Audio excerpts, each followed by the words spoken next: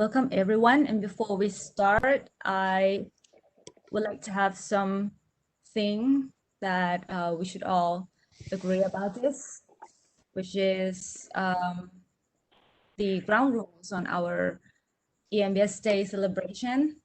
So if you have a question or comments, please send it through the chat box or Q&A box at any time.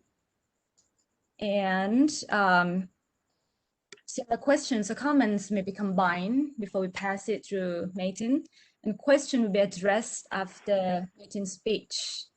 And maybe all of you will know your audio is on mute by default, so you don't need to worry about muting or unmuting audio. And feel free to use chat box, as I always mention. And then I just have one addition to that. If any question has been proposed and we did not get a chance to answer it during this session, all the questions will be collected and passed to Metin, and he will answer them at his leisure. And we plan to post them to the EMBS Day portion of the website. I will send an email out to all participants and all registrants of this webinar once that has been done, so the questions could be viewed and commented on there. Thank you, Mike. And before we start, I would like to introduce ourselves. My name is Kanita Nonjamgan, and I am a digital media ambassador for IEEE EMBS here in headquarters. And today I am working with Mike as a moderator. Mike, could you please introduce yourself? Sure. Mike Markowitz. I am the Senior Society Administrator for the Engineering and Medicine and Biology Society located in New Jersey.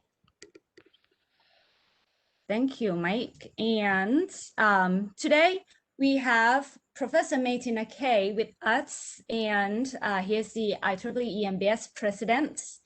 And he's the founding chair of the new biomedical engineering department, and also John Dunn Professor of Biomedical Engineering at the University of Houston, United States. Metin, are you here? Yes. I am delighted to be here. I would like to appreciate all the hard work and dedication put by you and Mike in the organization of the Fireside Chat with the President. You both of you are great assets to the EMBS. Thank you. Thank you. Thank you. Can I continue? And you're also showing the PowerPoint slide. Okay. First of all, let me reiterate our mission. Our society mission is to really foster and promote global biomedical engineering innovations, research, and education. And also to do so, we aim to improve the lives of all the humans. And also that we would like to increase the awareness, public awareness about the healthcare innovations, their economic impact, their social impact, and also their impact in healthcare. We have developed very vibrant ecosystems of engineers, scientists, and clinicians, and healthcare professionals and industry leaders. In these ecosystems, we share ideas, we disseminate our publications, and also some occasions we also share data and protocols. Our society is the oldest and the largest international biomedical engineering society indeed. It was goes all the way 1952, and also the name change from IRE to EMBS 1963, and I believe that we will continue getting a larger society, and we will continue having impact in healthcare, society, and economy. Next, please. Next slide. We have several innovative, new initiatives. I'm going to talk to you in a minute about this. Let me tell you about our membership. Of course, these numbers could be a little bit fluctuating, and our membership is more than 7,000 members, and we have over 1,500 students. We have members from 97 countries, and also we have 90 plus the student chapters, 100 student clubs. As you can see, we are indeed a global, the entity, Global Engineering in Medicine and Biology Society. Next, please. I just want to tell you a little bit more about the new initiatives. Some of you may know that is in November 2020, we organized the very comprehensive COVID-19 forums. It was the 4 days event. It may be one of the most unique form in a way that we cover the challenges, we cover the tracking, we cover the treatments, and also the new deployment of the new technologies. We hosted 29 speakers. It was free to public, and our goal was to really do in-depth analysis of the COVID-19 from the basics to all the way to vaccine design. And next, the second one we organized, data science and also engineering in healthcare. We recently had it, and we hosted 35 speakers. We also covered the large area of data science. It was again free for public, and with the participation of 1,771 attendees. I think Kanita and Mike, they were really helpful in organization of that event. The reason I was saying that is, as a students, we do care about the students. We encourage our students to attend the free public forums to really shape up their the career goals and rethink about. And it's really amazing researchers participate, and we are going to have 2 more hopefully in this year on that matter. We provide a unique platforms for our students. We call it International Summer School. Of course, the summer school has very deep rooted in Europe, and it goes all the way like maybe 14th, 15th century, that used to have the mathematician in France. They used to go to the unique places to discuss, brainstorm about the ideas. And our society has been providing the summer school. The oldest one, biomedical imaging, has been held in France. Biomedical signal processing, Sergio Geruti has been organizing in Italy.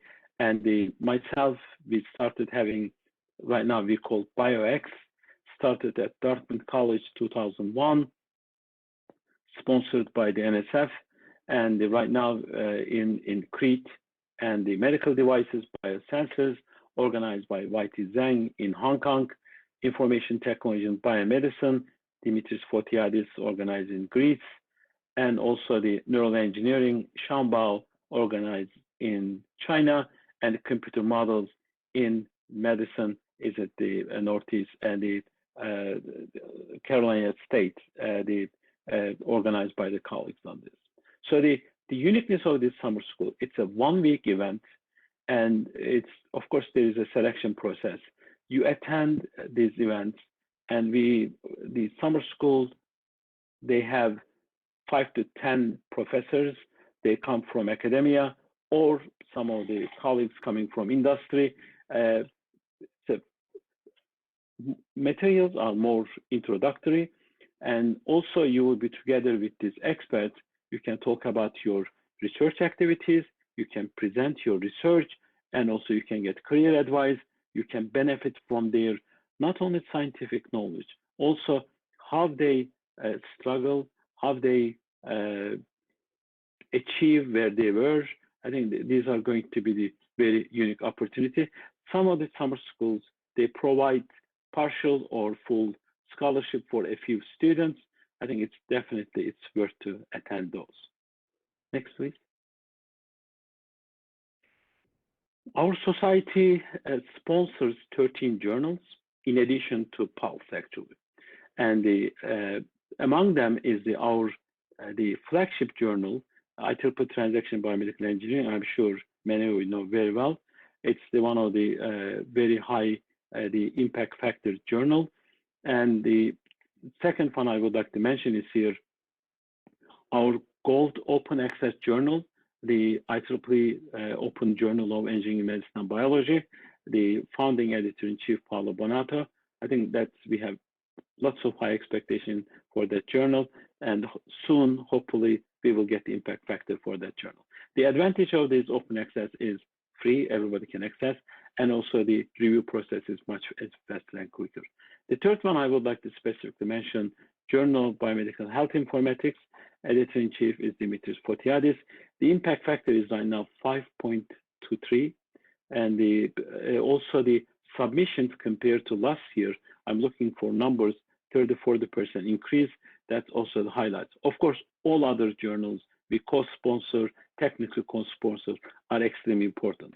If someone very caring about the reviews, we have the reviews in biomedical engineering, editor-in-chief YT Zhang from the Hong Kong, and also you will find a lot of interesting materials on the more in-depth and the more tutorial type the presentations on this. Next, please. Next, please. As I mentioned, we are a global society, and we have a lot of exciting conferences, our annual conferences. We always rotate, and we don't have it in the same continent back to back unless there's unusual conditions. And we have also the several special topic conferences, and also the workshops, symposiums, and also to me is the most exciting one, the conferences organized and run by brilliant students. We call them international student conferences. For the annual conferences, if you look at from 2005 to 2021, we were in Shanghai, New York, Lyon, Vancouver, Minneapolis, all the way Montreal last year, 2020.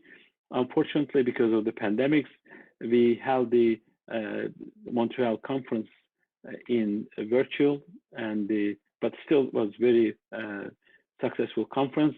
And this year, the conference will be held in Guadalajara, Mexico, which is the growing healthcare industry area. And the 2022, we will be in Europe. We are going to Scotland. 2023, we will be in Sydney, Australia. 2024, we did not decide where to hold it yet. Thank you. Next.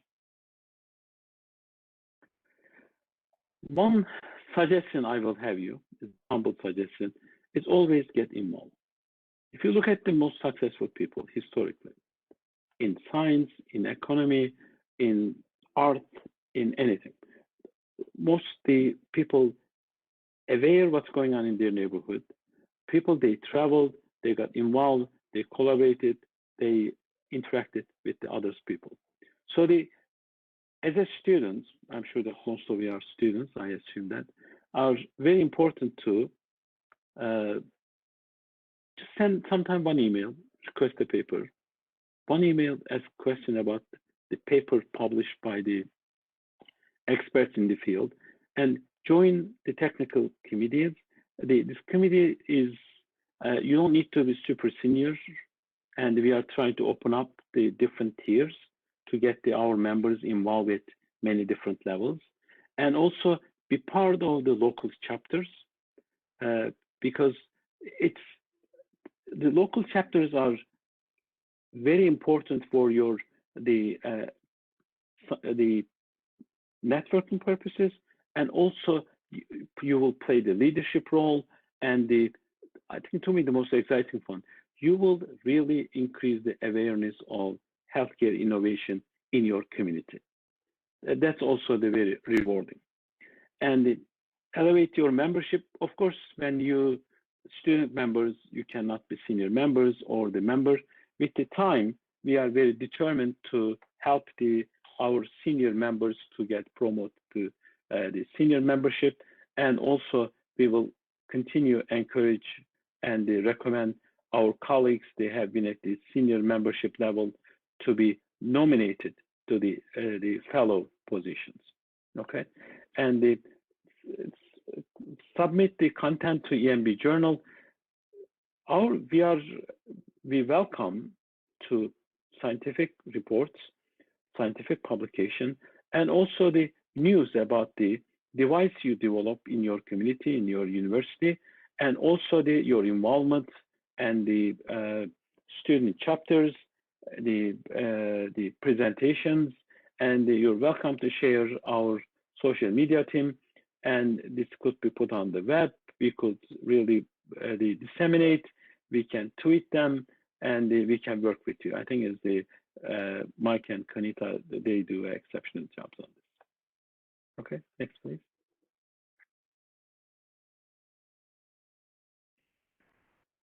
Today is special day, and congratulations, and I would like to congratulate all you.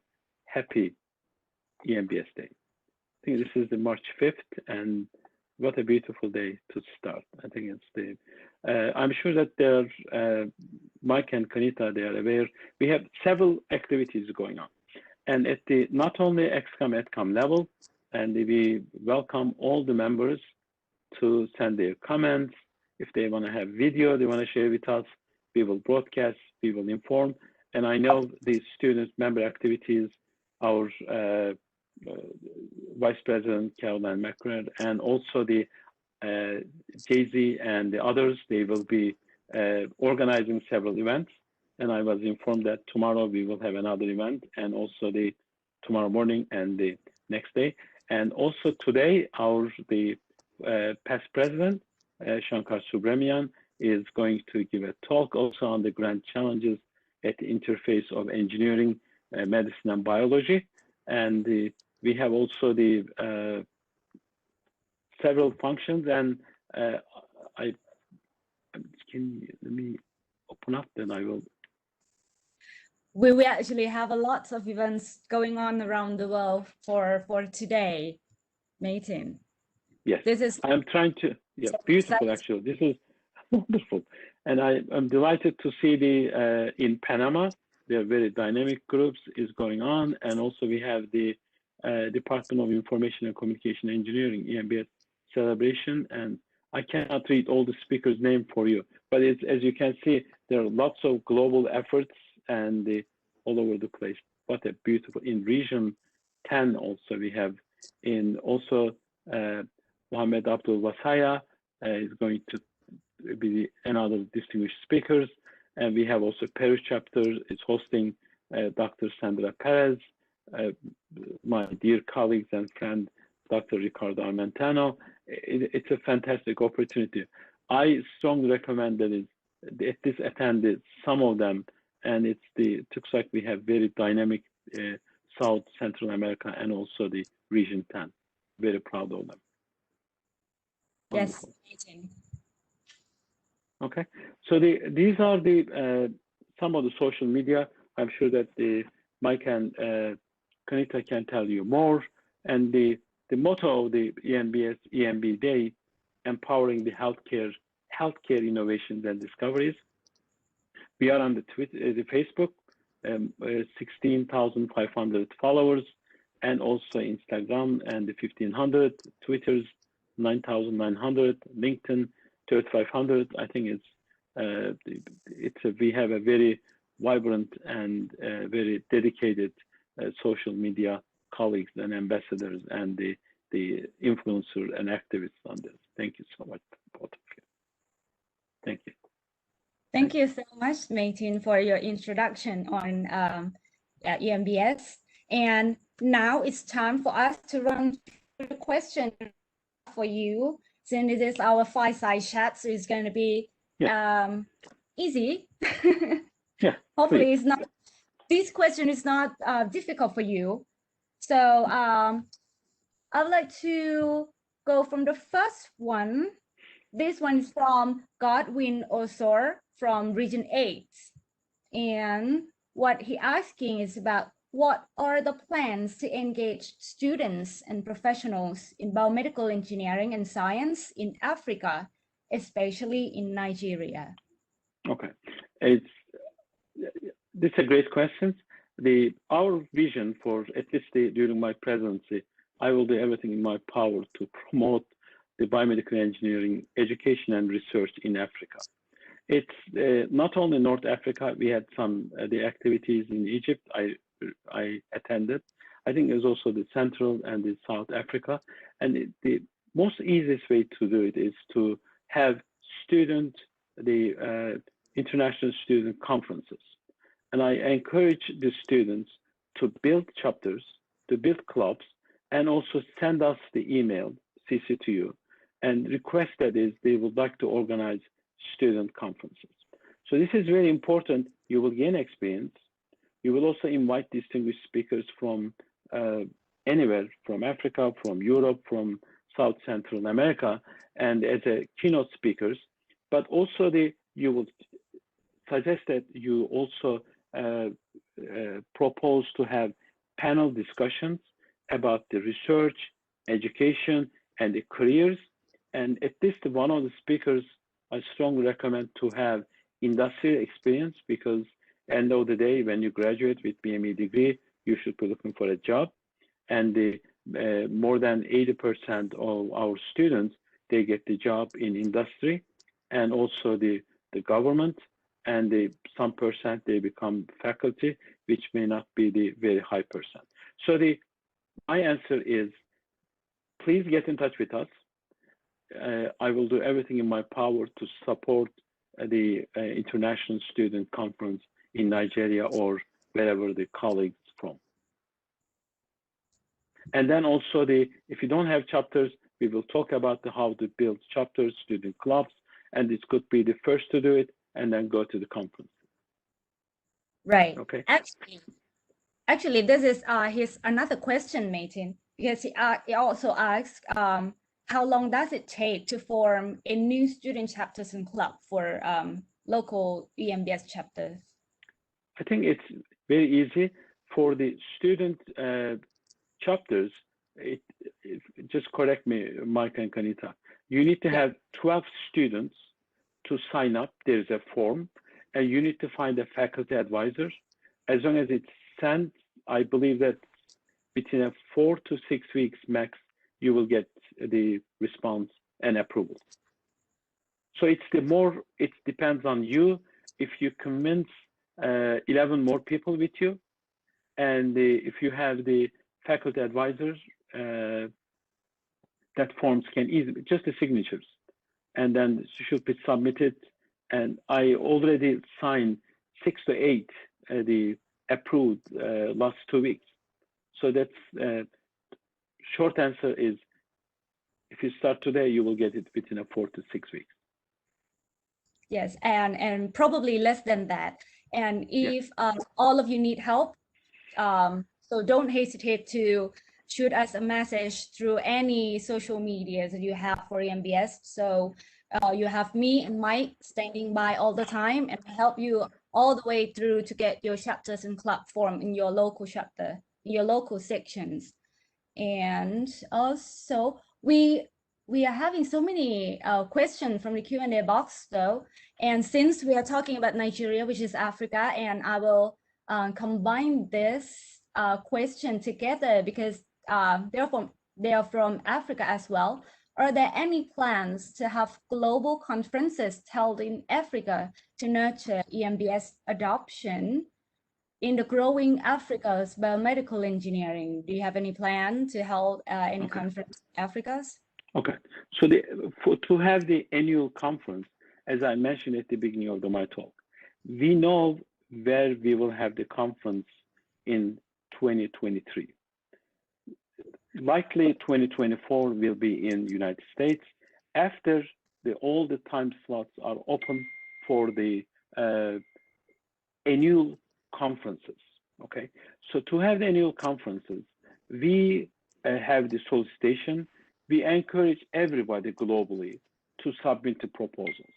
Okay, these proposals is extensive, of course, and it's definitely requires the strong support leadership from the professors, leadership, industry leadership, and some also the commitment from the mayor and the people, because our conferences normally we have somewhere from 2,000, 3,000. I believe that with the time we will grow to host 2,000 to 3,000 people, it's a large commitment.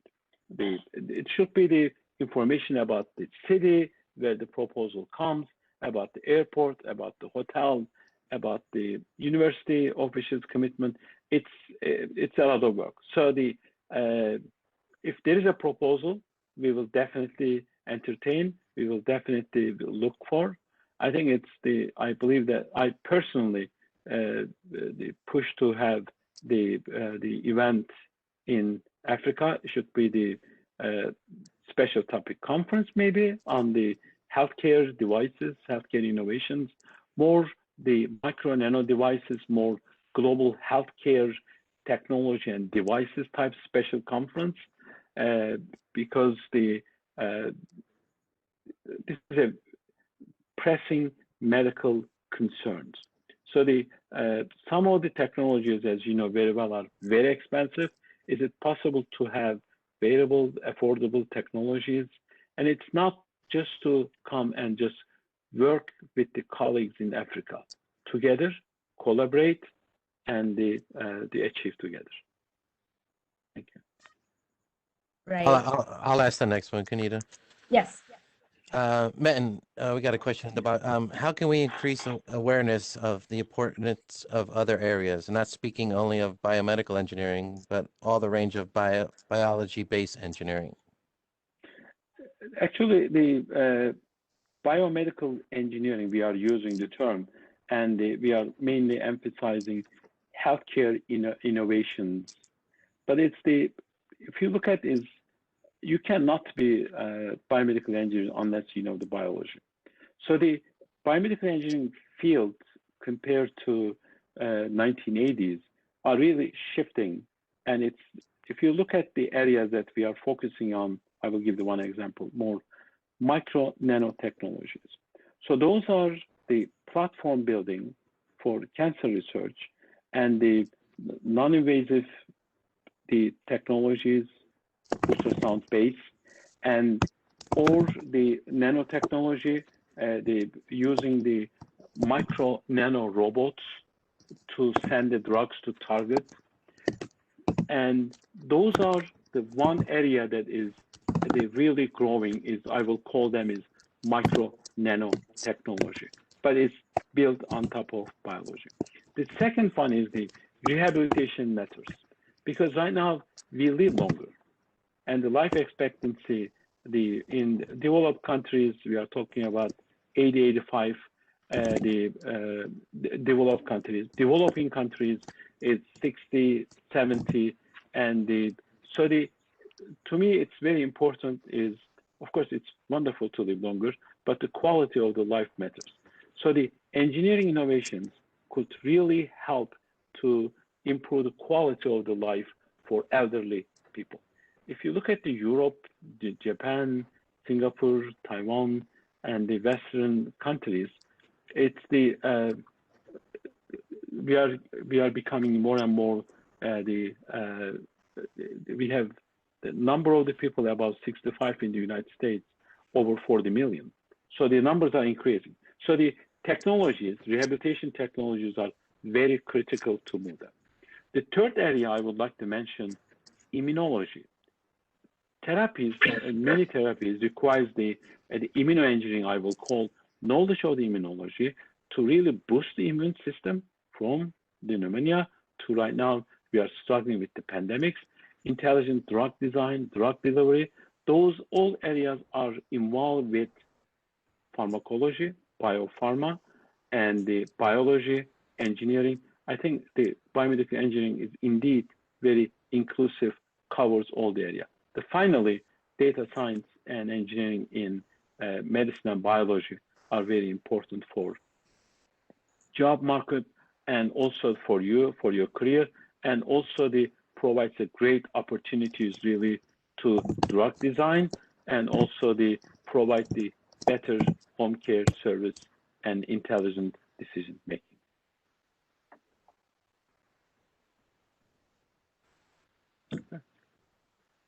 Thank you very much, Anika. And we have another interesting question here from Alan Coach. Sorry if I spell your name wrong. So having a young student branch in Kenya, how would you advise to go in sourcing EMBS presenters to give talks or even host workshops? Okay, I think it's the first of all, we have every part of the world is beautiful to me. Okay, so I'm sure that you will have no problem to solicit the speakers to physically come and visit Kenya or speak virtually. If you have any problem, send me email. I will find the speakers. Okay, and for the chapters, when you organize the chapters, finding the speakers is because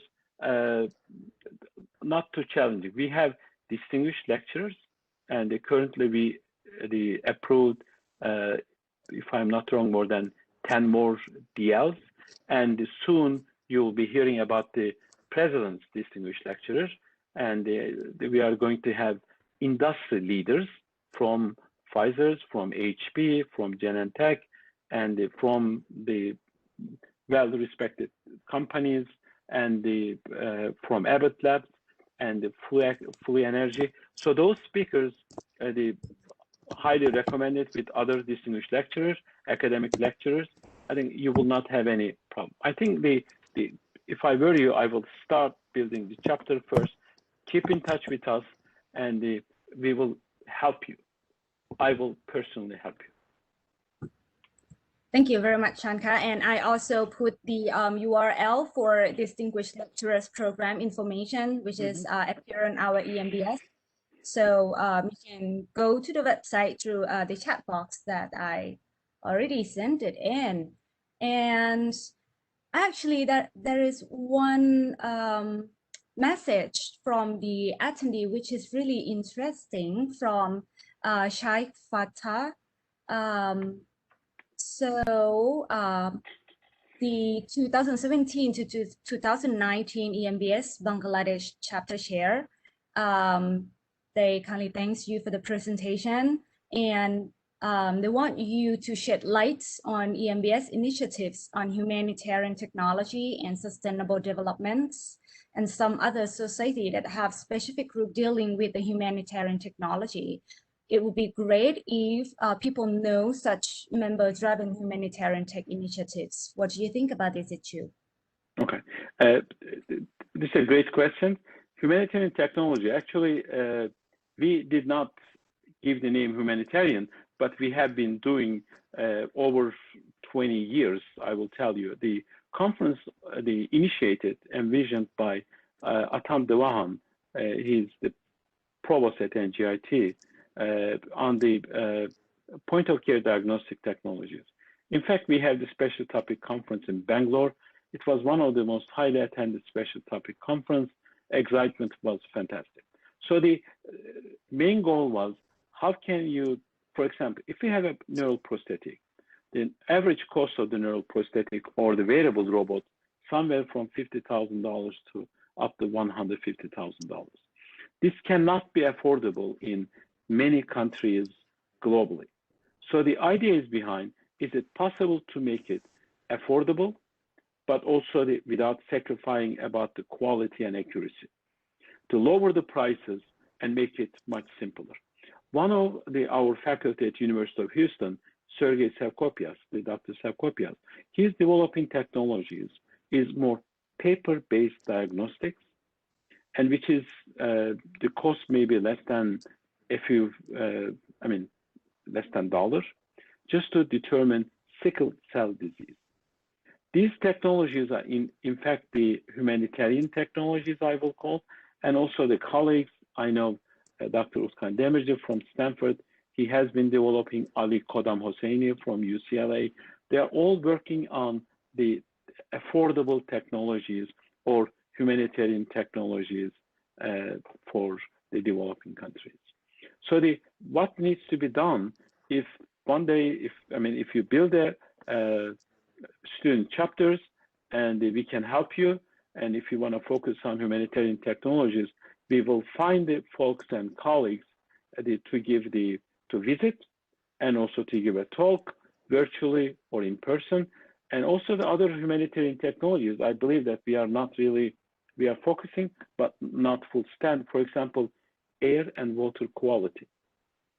So those kind of technologies, nanomicro technologies, can be used to look at the water quality, not just poisoning, not more biological terrorism, just to look at that whether or not this water can be drinkable. So, and also the detection of some of the infectious disease could be used. I think those are very exciting areas. Thank you.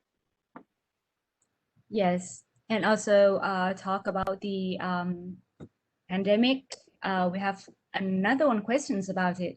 How do you see the role of open access online journals changing with respect to the shift towards digital interaction, especially considering the COVID-19 pandemic? Actually, of course, the COVID-19 really, we faced incredible challenges, right? I mean, human catastrophe, human loss, it's really heartbreaking.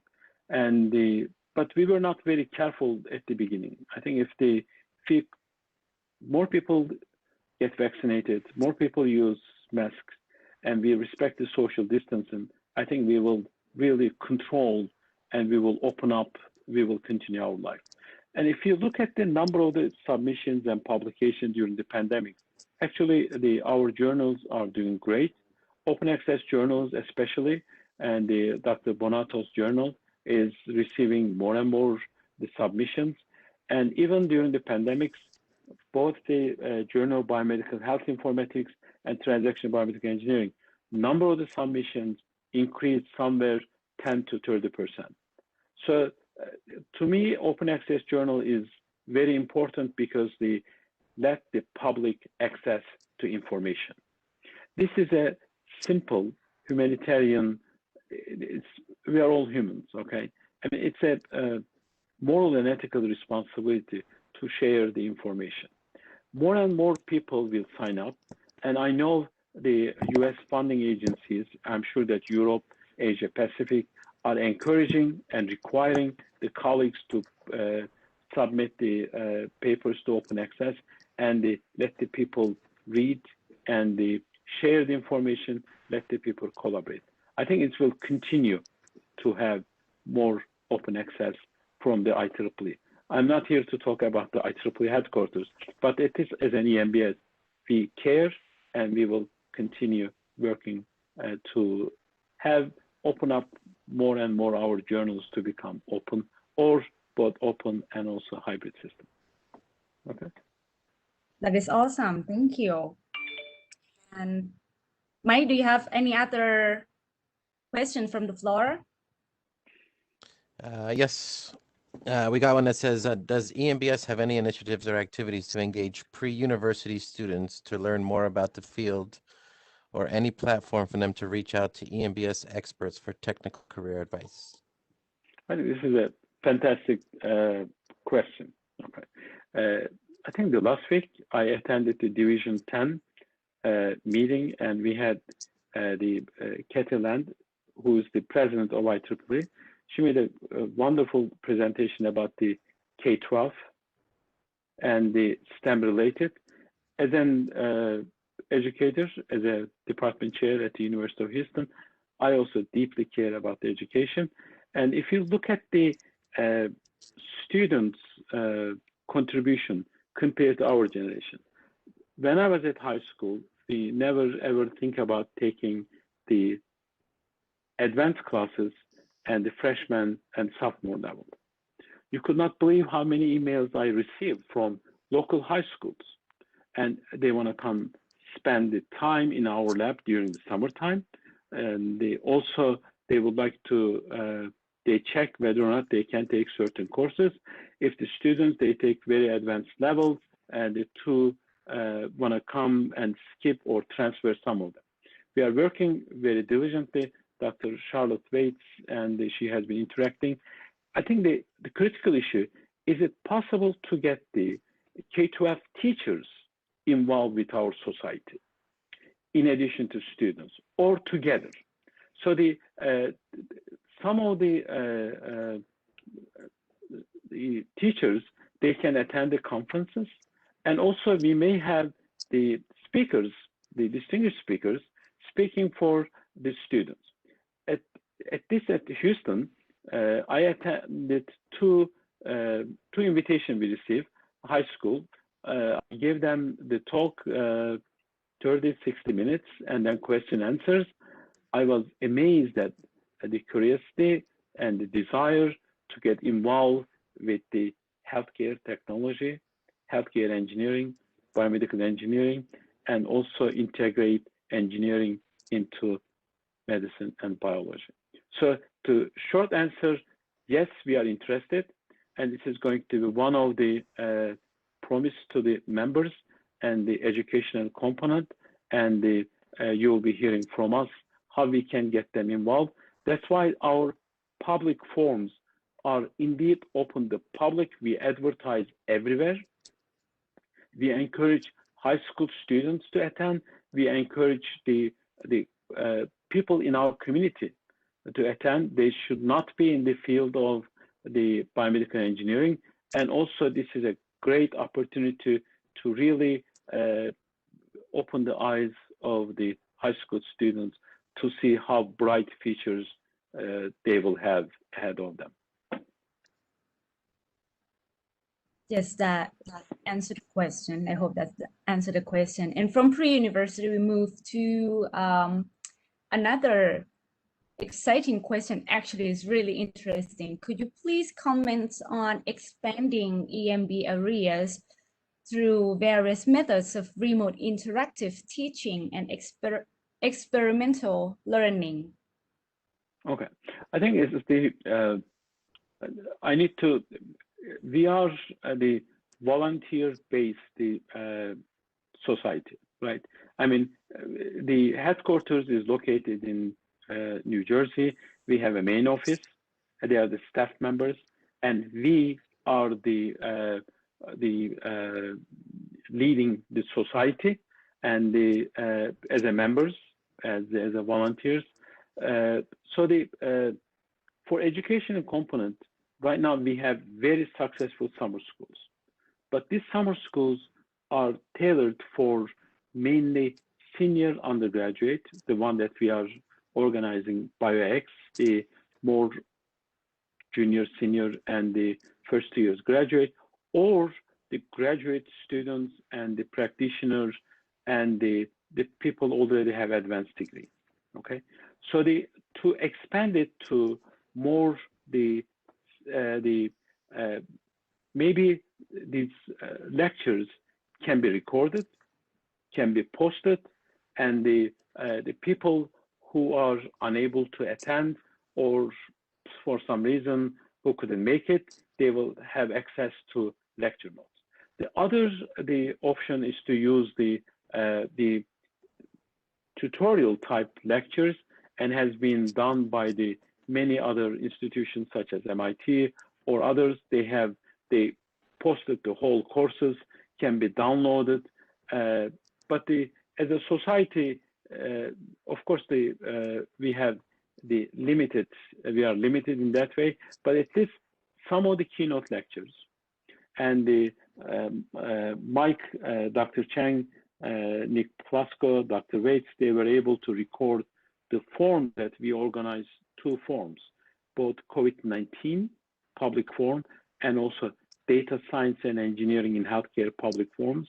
We have somewhere 20 to 24 hours recordings. So those could be free accessible to our members. They can access, they are really educational materials, they can be used. And the summer school, as I mentioned, and the student conferences, the talks, the keynote plenary talks, and if we are right now, we are requesting from distinguished lecturers to have the recorded materials, and I'm sure that Kanita and Mike, they will post them. They will have the separate platforms to let the members to access to listen the lectures. To me, is the most cohesive one is the summer school, because in summer school, if we are covering medical imaging, we start with the theory and the applications. That could be almost as a course material. So we will get back to you on this.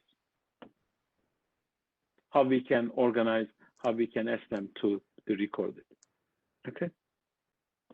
That will be the very interesting project for us to work on. Actually, I am really agree for this idea. Hopefully, we can make it available in the future, in the near future. Yeah, it is some of the talks that it's some colleagues, they may not want to be recorded because of the companies they do not allow, or institutions. But at least if we have a few the selected ones that could be used, I think the DLs especially, we have a fantastic distinguished lecturer. I'm proud of them, and also the industry leadership, also the distinguished lecturer. That could be very interesting to look at the more entrepreneurship point of view and their challenges and opportunities, maybe possible job opportunities for students and the young professionals. Thank you.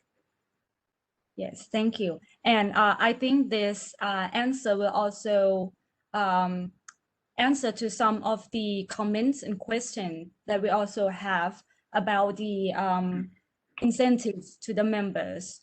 Like they said they want to know more about incentivized strategy to increase student membership to the IEEE EMBS, because the current membership costs and benefit do not attract very much students.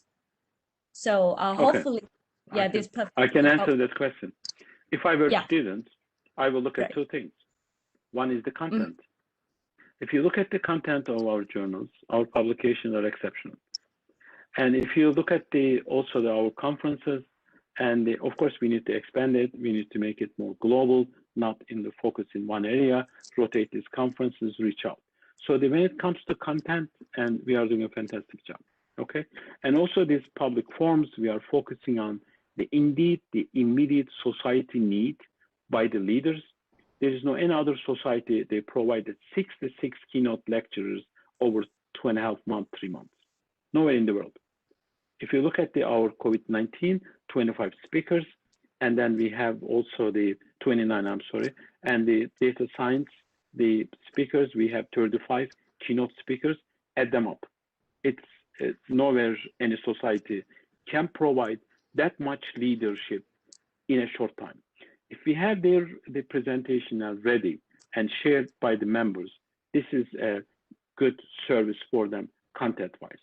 The next one, we are going to have maybe the most comprehensive healthcare leadership, entrepreneurs and influencer forum in the June or July, and we plan to have 24 CEOs, CFOs, CEOs of the companies.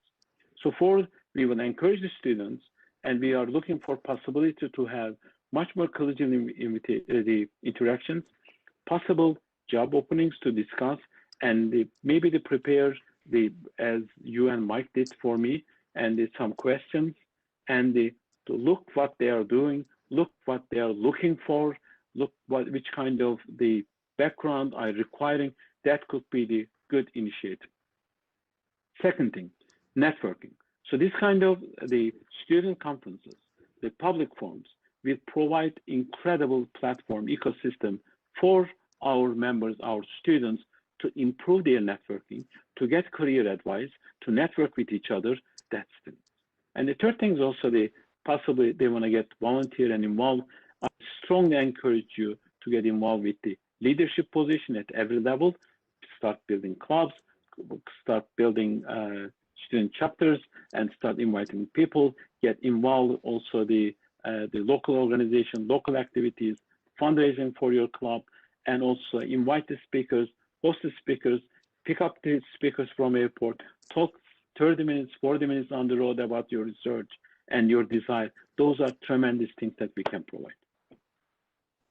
Right.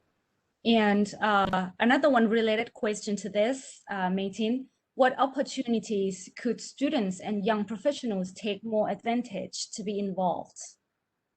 I think for the involvement, as I mentioned, they could do the chapters, club, and organizing student activities, and get involved with our technical committees. Okay, we had a discussion face-to-face in Berlin 2019, IEEE EMBS AdCom, that to really have the junior members as a part of the technical committees. So that way you will be participating meeting. You may not be voting, but your voice will be heard, and you will also interact with the others. You will improve your network, and you will be you can continue communication with them, and also get involved more and more when you become members, and you will get involved with as a voting member. You will run for the AdCom maybe one day. You will get involved, volunteer to become the reviewer for our journals, and hopefully one day become associate editors and maybe editor-in-chief as well too. Okay. Thank you so much. And also add up to Metin's answer, if you don't know where to start, shoot us a message through any social media, and we will get you to the right person to talk to. And that will also help you too if you don't know where to contact. And we have another question, Metin, with the new medical innovations. Actually, we have a few questions just like this. If there is like any new innovation, medical innovation developed in any like rural area or any developed country, how can EMBS come in to help such innovation grow and scale to global standards? I think is that what we could do, we make sure that we publicize your innovation. We may not have the resources to invest on your innovation, but that's one of the vision that is, we have it right now, is we should do more to have the healthcare entrepreneurship, the platform to introduce and your research to the investors possibly. So this could be done if we have a symposium, if we have platform, if we have 10 to 20 selected innovative projects. You can make presentation, and the jury could be the industry people. If they like the project, they can give advice how to improve. They may even get you involved, and they may get even the investors for this. But as a society, that's going to be very challenging for us to invest on your project, but we can be more to networking to help you to reach them. So for that one is the next, the platform could be the one, the avenue to think about maybe if there is some, we didn't decide the structure. Currently, we are thinking to let them, the entrepreneurs, leaders, to make presentation, and then have more panel discussion, and then maybe the next one we could solicit some of the 1 minute presentation from the people and the students and the people they develop the technologies to bring the attention of them. So we will think about and we will update you. So it's definitely, we are considering we need to do more in that area.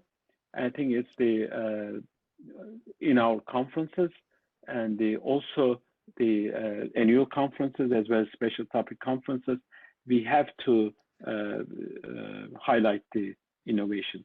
And for our journals, Pulse could be the good place also I believe that we have a technology section. If there's something that of course needs to be reviewed by the experts, and they could be highlighted there to get the attention of the investors and the leaders. Yes, thank you so much. And we have only a few questions left, Metin. Oh, I'm doing great, I guess. Are you still awake? Are you still awake? No, I'm awake. I have energy when it comes to students, and I always have energy and time. Okay, so how do you think the COVID-19 pandemic has impacted the future of global connections and efforts in biomedical developments? It's too early to decide, but I always have the positive attitudes towards the technology. I think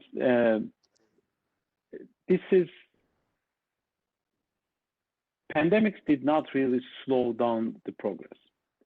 In fact, actually, pandemics is really put the healthcare innovation in the front line. So it shows that including the ventilator, right? I mean, simple ventilators, we desperately needed. Many hospitals, they were struggling to get the ventilators. If you look at, if you open up, the system is actually very, not super difficult engineering technology. I mean, any undergraduate students, we have a good, any engineering or biomedical engineering, of course, background can build it, okay? Also, if you look at any doctor's office, wherever you go, everything is almost like the envisioned and implemented by the engineers. So the pandemics, most of the folks, they have been working on the medical device technology to home care for pandemics, and developing models to track the spread of this. They are all computer engineering, biomedical engineering, informatics related activities, and also designing the drugs. They are bioengineers. They are all every front that we are contributing. Okay, so for the future collaboration, I am a strong believer of face-to-face interaction. I also teach courses at the University of Houston. Of course, right now we are required, and that is completely common sense, to teach, but nothing can replace face-to-face teaching. Learning is not really one-way learning.